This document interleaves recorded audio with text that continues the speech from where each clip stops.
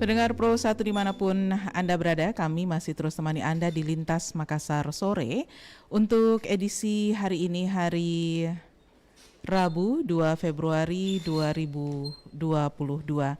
Baik pendengar, sebelum kami menghadirkan siaran TNI Polri di edisi hari ini, kita akan hadirkan informasi terlebih dahulu seputar dunia olahraga di mana PT LIB menunda pelaksanaan pertandingan PSM melawan Persib Bandung ya. Dan pertandingan PSM ini menjadi salah satu hal yang selalu dinanti-nantikan oleh hampir seluruh warga Kota Makassar ya, atau di Sulawesi Selatan. Karena PSM merupakan klub sepak bola kebanggaan dari warga Sulawesi Selatan. Baik, kita akan simak bagaimana informasi selengkapnya seputar PT LIB yang menunda pelaksanaan pertandingan PSM melawan Persib Bandung yang akan disampaikan langsung oleh rekan reporter Ahmad Aprisudin dalam laporan terkini. RRI Pro 1. Laporan terkini. Ahmad? Ya, silakan. Baik pendengar, baru saja PT Liga Indonesia Baru selaku operator pelaksana kompetisi Liga 1 Indonesia melakukan press conference terkait kelangsungan kegiatan pertandingan di Liga Indonesia Baru. Di mana berdasarkan hasil emergency meeting yang dilakukan siang tadi, pertandingan antara PSM Makassar melawan Persib Bandung yang rencananya akan digelar malam nanti pukul 19.15 waktu Indonesia Tengah harus ditunda dikarenakan jumlah pemain dari Persib Bandung sendiri tidak mencukupi.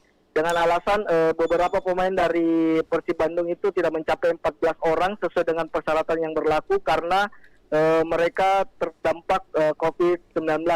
Adapun untuk penundaan ini dilakukan karena memang di Liga Indonesia sendiri terjadi fenomena banyaknya pemain yang terpapar virus COVID-19 sehingga beberapa klub dan pertandingan juga harus menunda laga di pekan keempat ini. Dan untuk lebih lanjut, Direktur Operasional PT Liga Indonesia Baru Bapak Sujarno mengungkapkan bahwa untuk penundaan ini hanya diberlakukan untuk satu pertandingan ya dari 4 pertandingan yang akan digelar pada hari ini, dan belum ada rencana dari Liga Indonesia Baru untuk memberhentikan kompetisi Liga 1 Indonesia sendiri. Dan untuk lebih lanjut masih akan dilakukan evaluasi terhadap seluruh pemain yang ada dan rangkaian tes untuk mengidentifikasi penyebaran COVID ini juga terus dilakukan oleh PT Liga Indonesia Baru. Sebelumnya memang dari kubu PSM Makassar sendiri juga terdapat 1 orang pemain yang terpapar virus corona, namun sejauh ini masih 1 pemain tersebutlah yang terdampak dan belum menyebar ke pemain lainnya, sehingga masih hanya 1 yang menjalani karantina untuk pemulihan COVID-19 sendiri. Dan untuk jadwal selanjutnya ke masalah penundaan antara pertandingan Persib Bandung melawan PSM Makassar ini masih belum dapat dipastikan oleh PT Liga Indonesia Baru, masih menunggu perkembangan terkini dari kondisi para pemain yang ada. Demikian yang dapat kami laporkan, kembali ke Studio Pro 1 Makassar. Baik, terima kasih reporter Ahmad Aprisudin yang sudah melaporkan bahwa PT LIB memutuskan untuk menunda pelaksanaan pertandingan PSM melawan Persib Bandung disebabkan karena beberapa Persib Bandung sendiri tidak memiliki personel yang lengkap ya, sebanyak 14 orang untuk mengikuti atau melanjutkan Liga Indonesia Baru. Demikian laporan terkini dari Ahmad Aprisudin. RRI Pro 1. Baik pendengar, selanjutnya kami hadirkan siaran TNI Polri bersama Polda Sulawesi Selatan.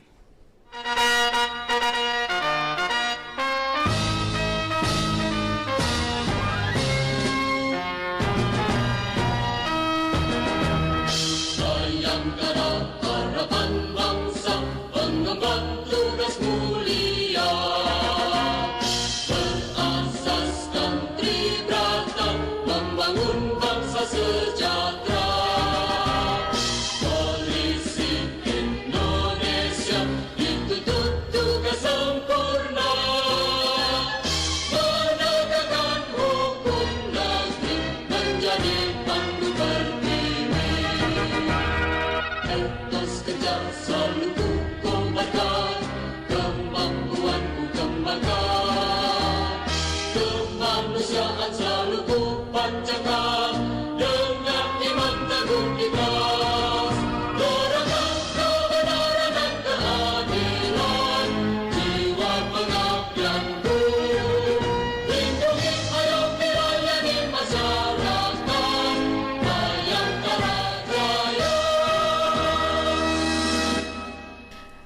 Assalamualaikum warahmatullahi wabarakatuh. Selamat sore pendengar Pro 1 dimanapun Anda berada. Kami hadirkan kembali siaran TNI Polri di edisi hari ini, hari Rabu 2 Februari 2022. Kali ini kita bersama dengan Kepolisian Daerah Sulawesi Selatan, Polda Sulawesi Selatan, dan kita akan berbincang seputar tugas dan fungsi Sentra Pelayanan Kepolisian Terpadu atau SPKT Polda Sulsel dalam mewujudkan Polri Presisi. Sudah bersama kami di studio Bapak AKBP Haji Edi Harto SOS selaku Kepala SPKT Polda Sulawesi Selatan. Assalamualaikum, selamat sore Pak Edi. Ya, Waalaikumsalam warahmatullahi wabarakatuh. Saya menyapa terlebih dahulu para pemirsa Pro 1 RRI Makassar yang ada di Makassar dan khususnya yang ada di Sulawesi Selatan. Baik, Pak Edi, kita akan ngobrol tentang SPKT atau Sentra Pelayanan Kepolisian Terpadu. Tapi sebelum sampai ke sana, saya pengen tahu dulu, dan juga tentunya masyarakat pendengar kita ya di Sulawesi Selatan ini ada keinginan untuk mewujudkan Polri yang presisi. Presisi itu mungkin sudah sering orang masyarakat lihat ya, singkatan dari prediktif, responsibilitas, kemudian transparansi dan berkeadilan. Oke. SPKT dengan tugas pokok dan fungsinya ini akan mengantarkan Polri mewujudkan tujuannya, visi ini ya, visi ini. Nah, dalam hal ini mungkin kita sampaikan dulu kepada masyarakat apa sebetulnya yang menjadi dasar tugas dan fungsi SPKT atau Sentra Pelayanan Kepolisian Terpadu ini, Pak Edi, silakan. Ya, baik, makasih. Jadi kalau dasar daripada lahirnya SPKT di kepolisian tentunya yang mendasari adalah Undang-Undang Nomor 2 Tahun 2002 tentang Kepolisian Negara Republik Indonesia dan Undang-Undang Nomor 8 Tahun 1981 tentang KUHP dan juga Undang-Undang Nomor 25 Tahun 2009 tentang Pelayanan Publik. Ditambah dengan beberapa peraturan kepala kepolisian yaitu Perkap atau Peraturan Kepolisian Nomor 14 Tahun 2018 tentang susunan organisasi dan tata kerja kepolisian daerah. Kemudian ada surat Kapolri nomor B/1612 Romawi 3 tanggal OTL 2/2021 tanggal 9 Maret 2021 perihal direktif Kapolri tentang HTCK Pelayanan Terpadu Polri. HTCK itu apa itu, Pak? Hubungan tata cara kerja di lingkungan kepolisian. Oke. Ya. Kemudian yang terakhir adalah surat Kapolda Sulsel nomor B882 Romawi 3 OTL 2 2021 Rorena tanggal 15 Maret 2021 perihal soalisasi direktif Kapolri tentang pelayanan terpadu Polri. Ya. Iya. Oke, jadi ini ada 6 dasar ya 6 yang betul. mendasari tugas dan fungsi dari SPKT atau Sentra Pelayanan Kepolisian Terpadu. Betul. Nah, Pak Edi, ini kalau kita mungkin masyarakat masih awam ya dengan istilah SPKT. Iya. Biasanya yang dihandle oleh SPKT ini apa saja nih, Pak? Jadi banyak ya, hampir jadi pintu gerbang pelayanan di kepolisian itu garda terdepan adalah SPKT gitu ya. Jadi pertama kali ketika masyarakat punya permasalahan, tentunya yang paling terdepan adalah SPKT melakukan pelayanan ya. Adapun tugas pokok daripada SPKT sesuai dengan peraturan Kepala Kepolisian Nomor Pol 14 tahun 2018 antara lainnya memberikan pelayanan kepolisian secara terpadu kepada masyarakat dan menyajikan informasi yang berkaitan dengan kepentingan tugas kepolisian. Itu pertama. Kemudian yang kedua menyelenggarakan fungsi kepolisian secara terpadu kepada masyarakat antara lain penerimaan laporan polisi, surat tanda terima laporan, memberikan surat tanda terima laporan polisi, kemudian juga memfasilitasi untuk surat pemberitahuan perkembangan hasil penyidikan atau yang lebih kita sering dengar adalah SP2HP, kemudian surat keterangan tanda lapor kehilangan. Jadi masyarakat yang merasa kehilangan apa dan segala macam itu larinya ke SPKT. Kemudian surat keterangan catatan kepolisian yaitu SKCK, surat izin keramaian, surat rekomendasi izin usaha jasa pengamanan, surat izin mengemudi, dan surat tanda nomor kendaraan bermotor. Kemudian yang ketiga adalah mengkoordinasikan dan pemberian bantuan serta pertolongan antara lain penanganan tempat kejadian perkara, Ya. juga meliputi tindakan pertama di TKP dan pengolahan TKP, turjawali dan pengamanan. Kemudian juga melayani masyarakat melalui surat, media komunikasi dan media sosial, penyajian informasi umum yang berkaitan dengan kepentingan masyarakat sesuai dengan ketentuan peraturan perundang-undangan, dan juga penyiapan registrasi pelaporan, Ya. penyusunan dan penyampaian laporan harian kepada Kapolda melalui Biro Operasional yang ada di Polda. Oke, jadi banyak sekali nih ya, ada sekitar 6 poin ini yang Iya, menjadi betul. ranah dari Sentra Pelayanan Kepolisian Terpadu.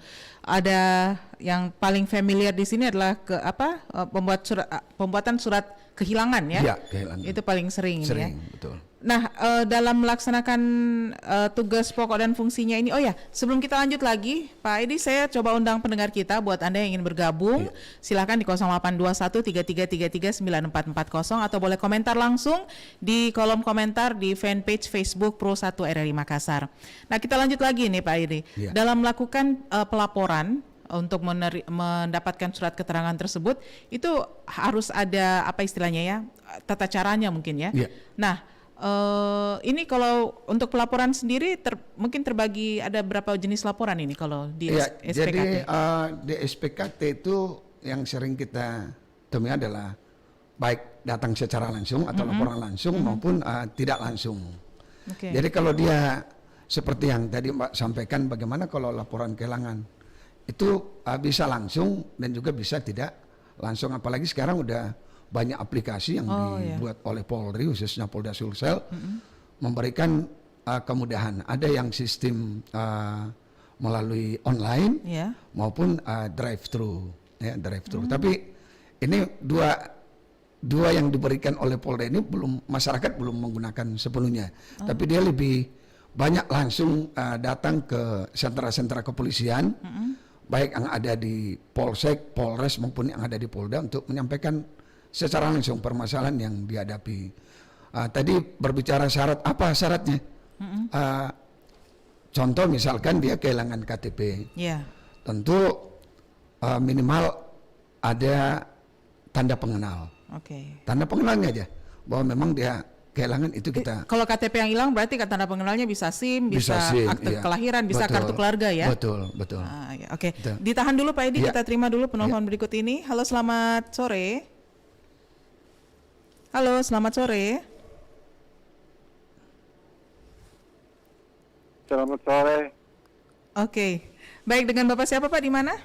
Dengan Abdullah Sewang, Pak Melani. Pak Abdullah Sewang, silakan Pak Abdullah. Ada Pak Edi Harto, Kepala SPKT Polda Sulawesi Selatan. Silakan Pak.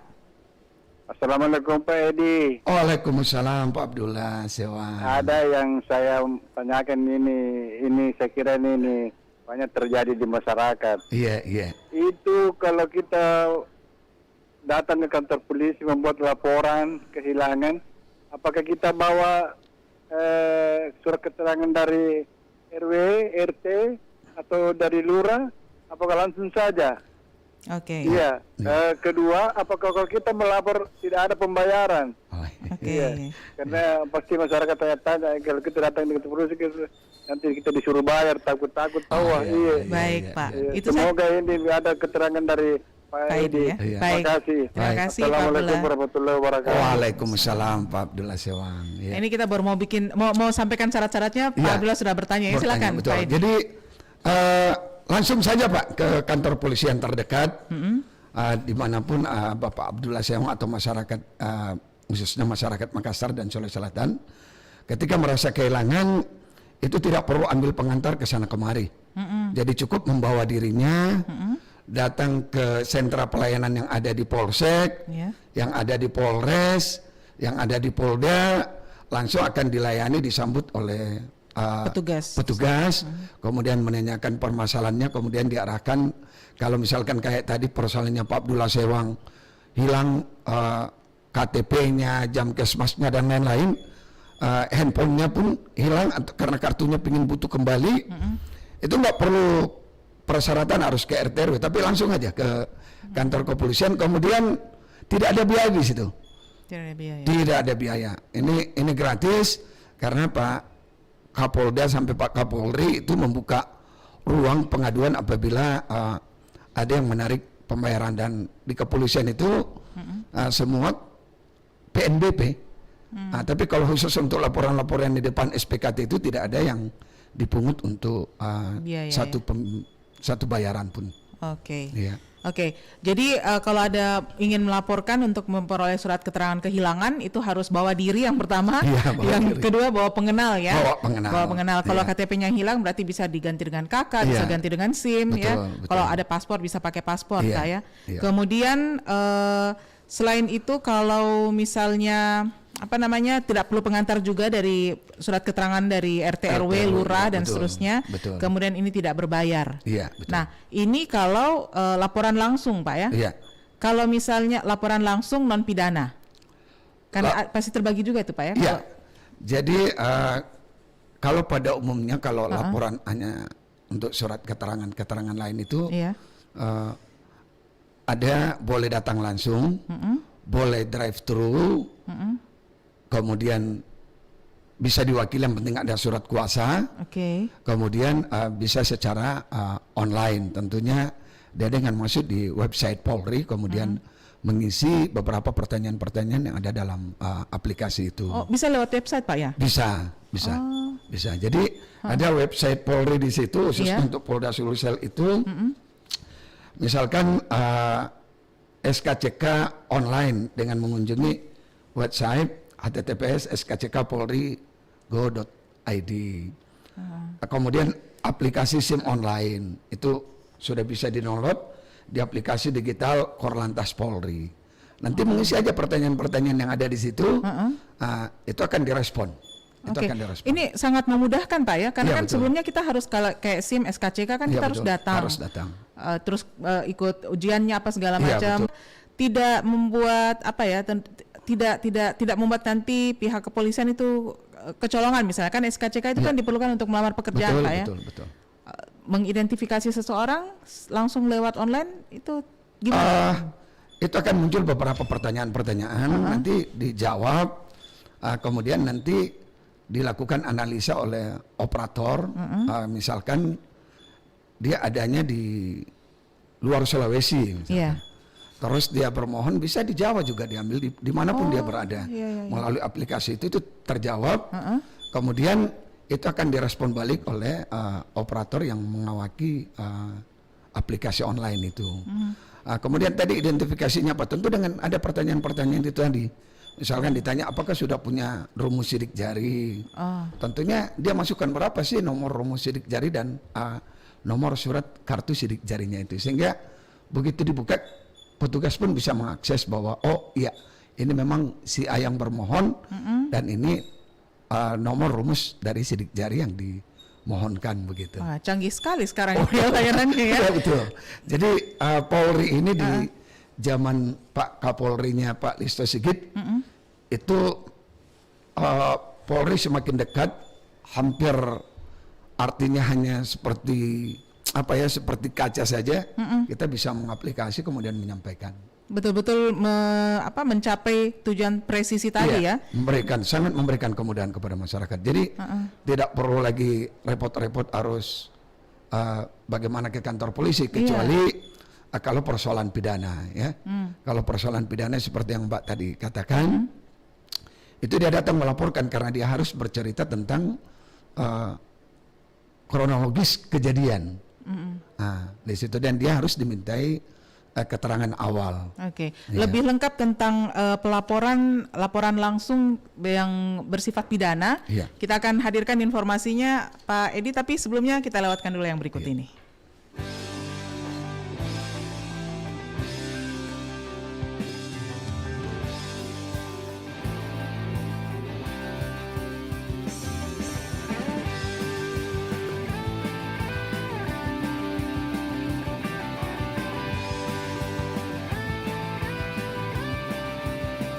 Ada 8 komitmen Kapolri menjadikan Polri institusi yang presisi, menjamin keamanan pembangunan nasional, menjaga soliditas di internal, meningkatkan sinergitas soliditas.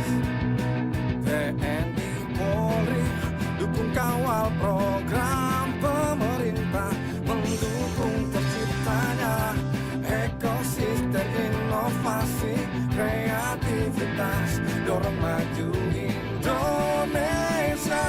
Salam presisi, insan bayangkara, prediktif responsibilitas, transparansi dan berkeadilan, terintegrasi modern, mudah dan cepat.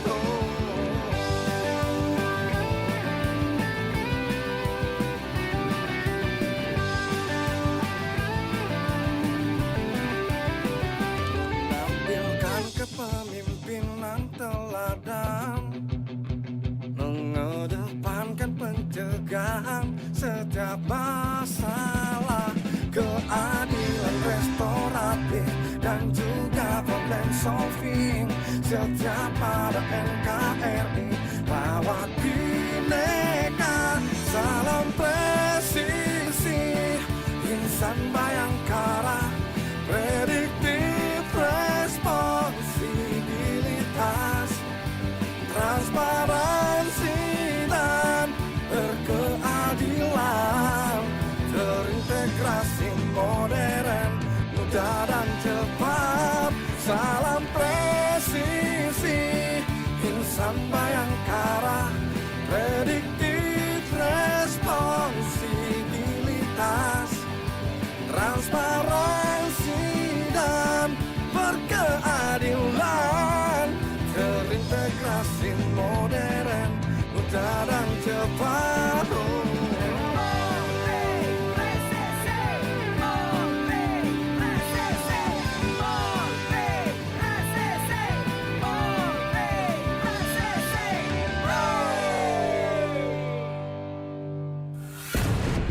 Pokoknya saya tidak setuju. Demi kebaikan warga, BBM harus turun. Kita demo. Saya tidak setuju. Demo bukan solusi. Kalau jalanan macet, masyarakat juga yang susah. Pokoknya kita harus demo. Kita tutup semua jalur. Demo, demo. Ayo demo. Demo. Hei, Bung, sudah tidak zaman lagi cara radikal. Itu bukan mencari solusi, malahan membuat masalah baru. Tak habis semuanya. Sebaiknya kita semua tidak bertindak radikal karena memicu konflik masyarakat. Ada baiknya kita bicarakan dengan kepala dingin sesuai adat kita, yaitu tudang 10. Stop radikalisme karena mengancam keutuhan Negara Kesatuan Republik Indonesia. Iklan layanan masyarakat ini disampaikan oleh Radio Republik Indonesia Makassar.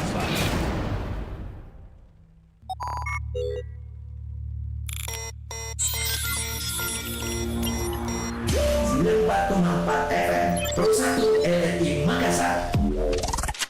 Kanal Inspirasi. Pro 1 Kanal Inspirasi. RRI Makassar.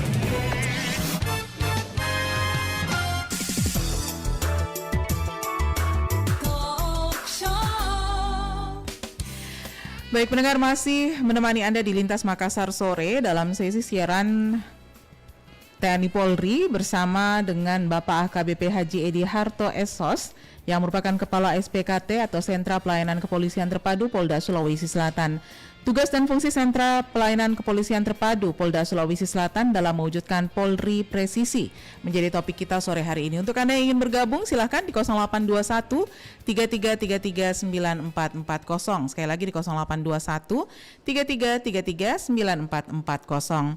Baik, Pak Edi, kita sambung lagi. Pak Edi, kebersamaan kita dalam siaran TNI Polri kali ini. Tadi sudah ada laporan yang sifatnya bukan pidana. Kemudian kita bergeser ke laporan yang bersifat pidana, laporan langsung ya. Nah, untuk menyampaikan laporan langsung yang sifatnya pidana tentunya ada beberapa persyaratan. Tadi harus datang langsung, kemudian harus menyampaikan kronologis kejadian. Selain itu apa lagi, Pak? membawa bukti-bukti. Membawa bukti-bukti. Jadi dilengkapi dengan bukti-bukti. Contoh misalkan ada masyarakat yang melaporkan tentang kasus penyerobotan dana misalkan. Maka tentunya dia datang dengan membawa serta bukti kepemilikannya, minimal ada orang Makassar bilang surat rinci, ada rinci. akte jual beli, ada sertifikat. Ini membuktikan bahwa hak masyarakat yang datang melapor itu betul-betul diserobot atau dicaplok oleh orang lain yang tidak berhak di atas tanah itu. Seperti itu. Membawa bukti-bukti, kemudian menceritakan kronologis, dan selain itu mungkin itu saja ya? Itu saja, nanti ditindaklanjuti oleh pihak penyidik, karena mekanismenya HTCK-nya kami di depan itu hanya menerima laporan, menganalisa sebelum naik menjadi laporan polisi, apakah laporan pengaduan ini pidana atau bukan. Seperti itu. Jadi di sentra kepolisian itu masyarakat datang, kemudian kita panggil piket fungsi yang ada di SPKT karena itu namanya terpadu. Ada piket-piket fungsi yang lain di situ, ada reserse, ada lalu lintas, ada intel. Itu kita buka gelar di situ. Ini kasus yang dilaporkan oleh masyarakat ini pidana apa bukan? Gitu, karena ada beberapa juga yang datang mungkin karena masyarakat tidak paham betul yang mana pidana, yang mana perdata.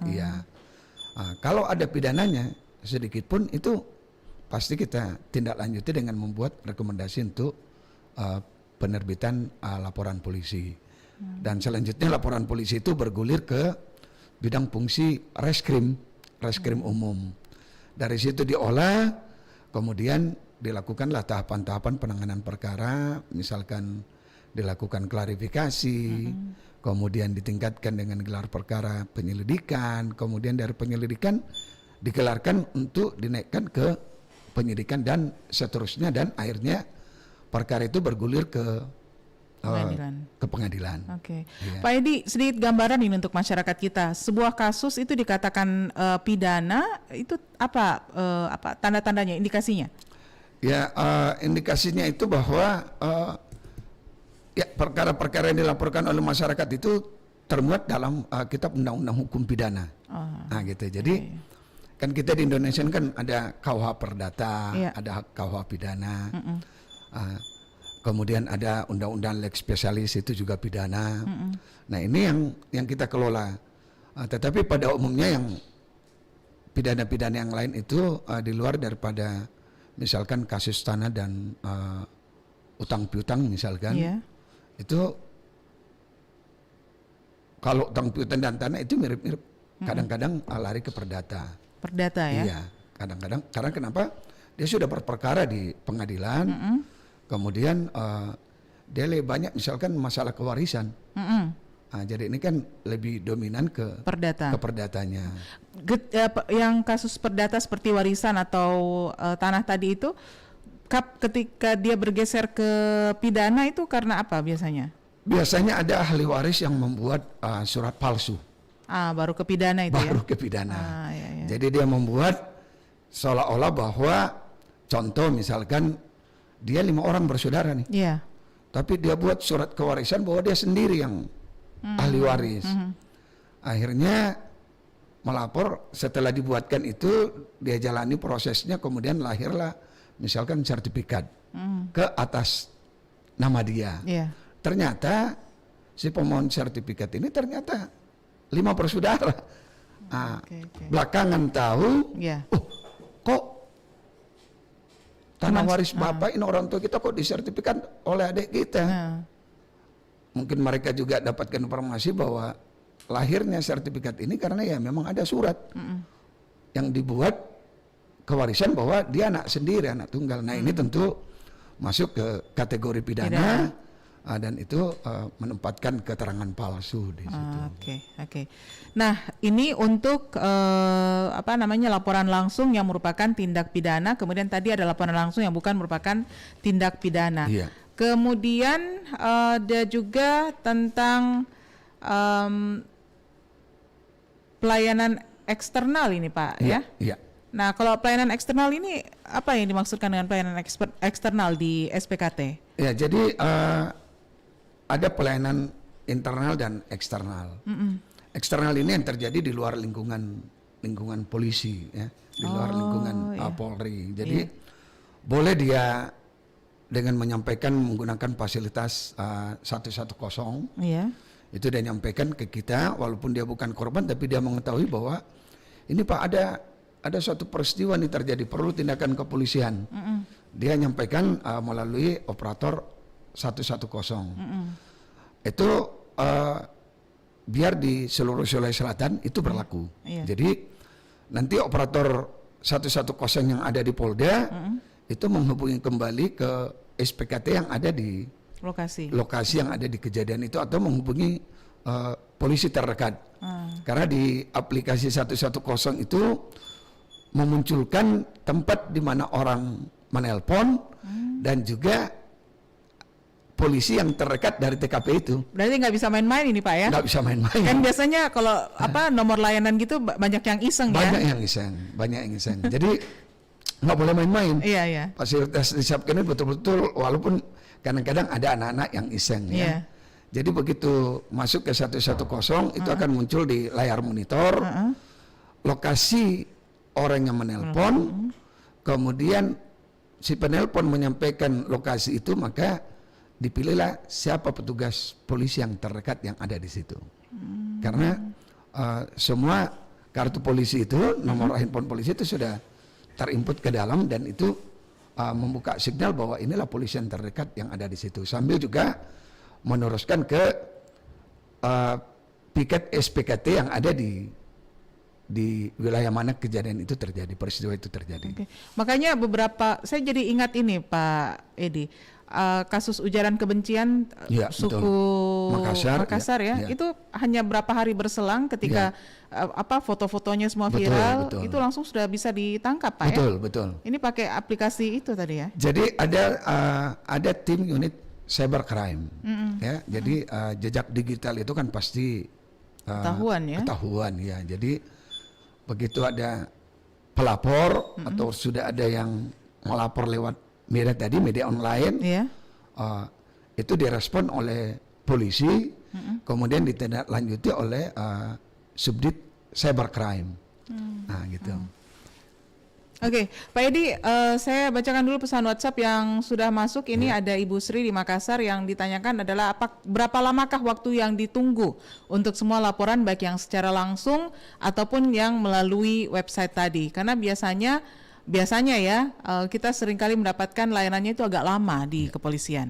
Silakan Pak. Iya, jadi laporan kehilangan ini baik yang secara langsung itu hanya paling lama 15 menit. 15 menit.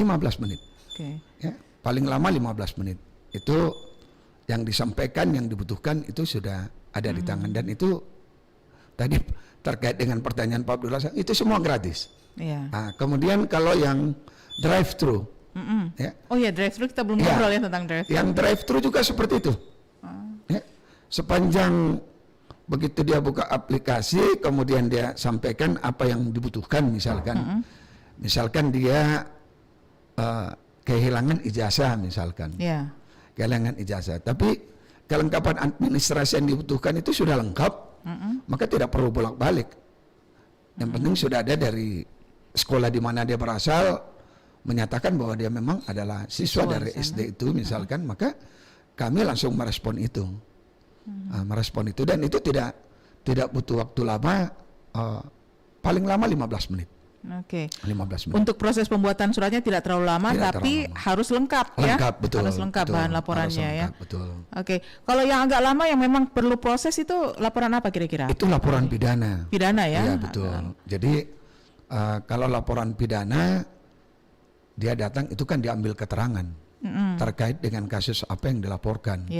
Jadi yang bikin itu pun paling lama 3 jam. Oh, 3 jam. Ya. Termasuk cepat itu Pak ya? Cepat, saya kira berhari-hari. Karena itu hanya data awal yang kita butuhkan, keterangan awal dari si korban ini. Iya. Itu kalau banyak saksi waktu itu ya paling sekitar itu 3 jam, kurang lebih 3 jam. Ada juga bahkan yang memang kasusnya ringan ya tidak sampai 1 jam, itu mereka udah balik, kemudian sudah mengantongi surat tanda bukti lapor. Nah itu. Kemudian nanti bergulir, berikutnya mungkin 30 hari si pelapornya akan mendapatkan pemberitahuan SP2HP A1 bahwa kasusnya itu sudah ditangani oleh subdit sekian, unit sekian, nomor handphonenya sekian untuk bisa berkomunikasi dengan yang menangani perkara itu. Oke. Jadi betul-betul cepat ini Pak ya? Cepat, alhamdulillah. Memenuhi presisi tadi ya, Iya, keinginan betul, presisi betul. tadi. Nah, tadi sudah ada layanan 110, sudah ada layanan drive-thru, kemudian lapor langsung, ada lewat website. Kemudian untuk SIM ada aplikasi Pak ya? Aplikasi, betul. Kalau SIM yang untuk lewat aplikasi itu apakah pembuatan SIM baru atau perpanjangan saja Pak? Itu perpanjangan. Perpanjangan saja perpanjangan, ya? Iya. Kalau buat baru itu harus, karena itu ada ujian teori dan praktek. Oke. Kalau untuk yang internal tadi Pak, kan ini yang eksternal ya. Kalau yang internal berarti berkaitan dengan anggota kepolisian sendiri. Anggota kepolisian sendiri. Nah ini tentunya perlu kehati-hatian ini untuk menerima laporan seperti itu. Apakah masyarakat perlu ada persyaratan khusus ketika masyarakat akan melaporkan itu atau seperti apa Pak? Jadi tidak ada persyaratan khusus. Ketika masyarakat merasa haknya dirampas, diganggu, atau merasa dia dirugikan, itu tidak butuh persyaratan tertentu. Cukup dia lebih bagus kalau pada saat itu dia membawa saksi bahwa memang peristiwa yang disampaikan ini ada orang lain yang mengetahui. Nah itu. Jadi ketika dia datang misalkan ada oknum ya, oknum Polri yang melakukan pelanggaran di luar, kemudian masyarakat ini merasa dirugikan, merasa dirugikan, dia datang ke SPKT. Di SPKT dia menyampaikan kronologis kejadiannya seperti apa, lalu petugas yang ada di SPKT ini melakukan koordinasi dan gelar perkara di situ, bahwa masyarakat ini cocoknya kita tempatkan di pasal berapa untuk seperti ini, walaupun dia oknum ya, walaupun dia oknum. Nah, ini kita perlakukan sama dia dengan masyarakat yang lain, sampai anggota Polri kalau memang dia melakukan pidana dan masyarakatnya menjadi korban, itu sama dengan orang umum yang datang melaporkan orang umum. Seperti itu. Oke, jadi tidak perlu ada ketakutan ya, karena tidak perlu. Umumnya masyarakat kan agak takut ini kalau berperkara dengan pihak kepolisian. Jadi masih ada mindset di masyarakat bahwa aduh ini kan masa temannya kita lapor masa mau diterima. Ya. Ini karena kenapa kami pun juga mendapatkan sanksi apabila menolak laporan masyarakat. Jadi kalau ada masyarakat yang merasa ditolak laporannya karena petugasnya itu ada tentang persyaratan-persyaratan yang tidak ada dalam aturan, itu bisa dia membuat laporan baik di media sosial ya, udah berapa banyak seperti yang kita dengar di Jakarta itu kan, sampai ditindaki dan dimutasi ke Papua, seperti itu. Baik, kita jeda lagi sejenak ini Pak Edi. Sambil saya tadi mau sambil menantikan penelpon, tapi penelponnya sudah mau bergabung. Kita terima dulu Pak Edi ya. Halo, selamat sore. Wah, sayang sekali terputus ya. Nanti bisa gabung kembali setelah kita lewatkan dulu yang berikut ini.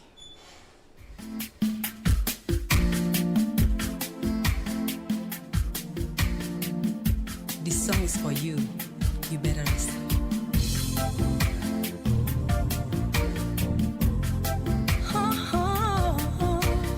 Tak pernah kuduga semuanya berubah saat kau memandangku,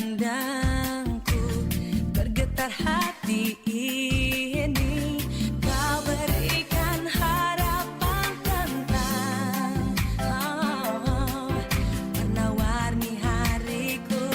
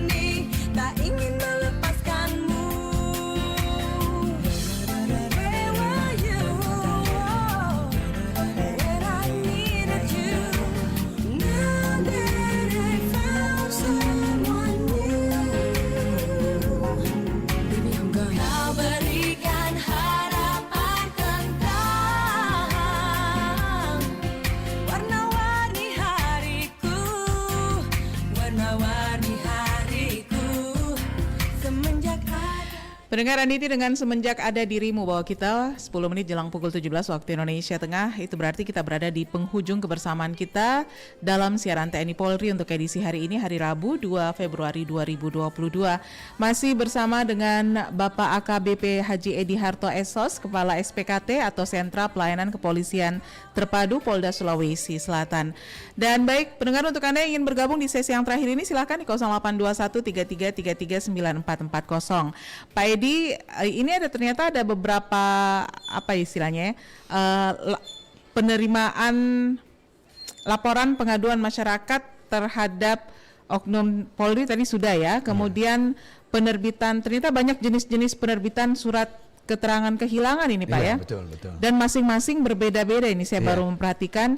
Kalau untuk buku tabungan itu harus membawa 1 lembar fotokopi buku tabungan, kemudian 1 lembar fotokopi KTP pelapor. Nah, kita jeda dulu ini Pak. Saya terima penelpon kembali. Silakan 0821 3333 9440 bisa Anda pakai sekarang. Itu kalau buku tabungan. Kita balik lagi. Kalau sertifikat ini agak banyak ya persyaratannya Pak ya? Tidak juga nih. Jadi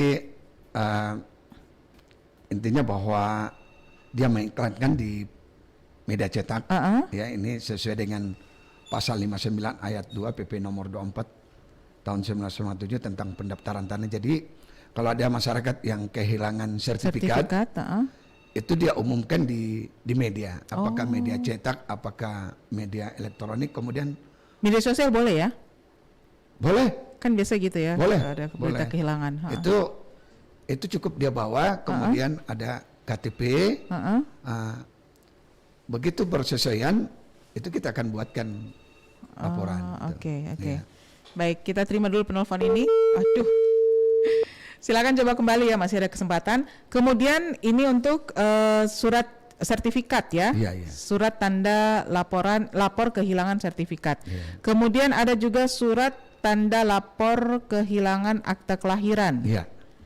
Ini persyaratannya adalah ada surat keterangan dari rumah sakit, 1 lembar fotokopi KTP pelapor, surat keterangan dari Lurah Kades, surat keterangan dari kantor Dinas Kependudukan dan Capil.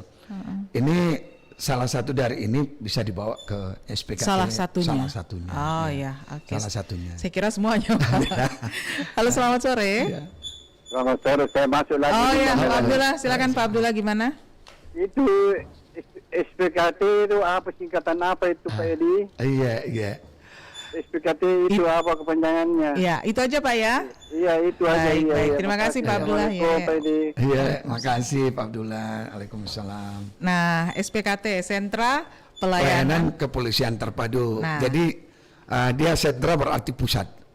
Jadi seluruh fungsi-fungsi kepolisian yang operasional itu ada menjadi satu atap. Ya.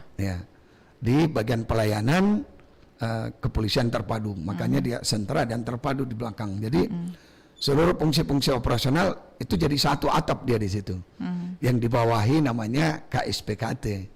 Jadi fungsi reskrim ada di situ, fungsi intel ada di situ, fungsi lalu lintas, fungsi sabara ada di situ, kemudian fungsi bimas ada di situ karena ada tempat perpanjangan kartu satuan pengamanan. Nah, itu dibawahi oleh saya yang sementara yang menjabat KSPKT. Begitu Pak Abdullah Sewang. Jadi begitu kita masuk di SPKT ya unit kecil lengkap yang ada di situ. Jadi semua fungsi-fungsi kepolisian terpadu adanya di SPKT. Secara sederhana mau lapor apapun masuk saja ke SPKT. Masuk saja gitu ke ya? SPKT, ya. Yang penting berkaitan dengan tugas pokok dan fungsinya kepolisian. Iya, betul.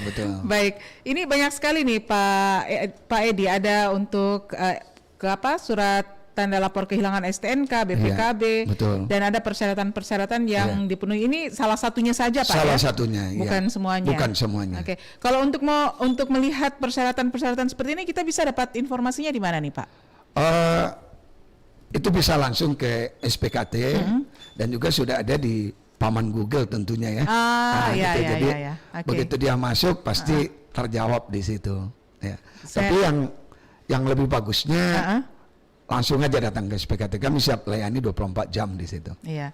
Saya lupa ini, saya lagi wawancara dengan kemenakannya Om Google ya.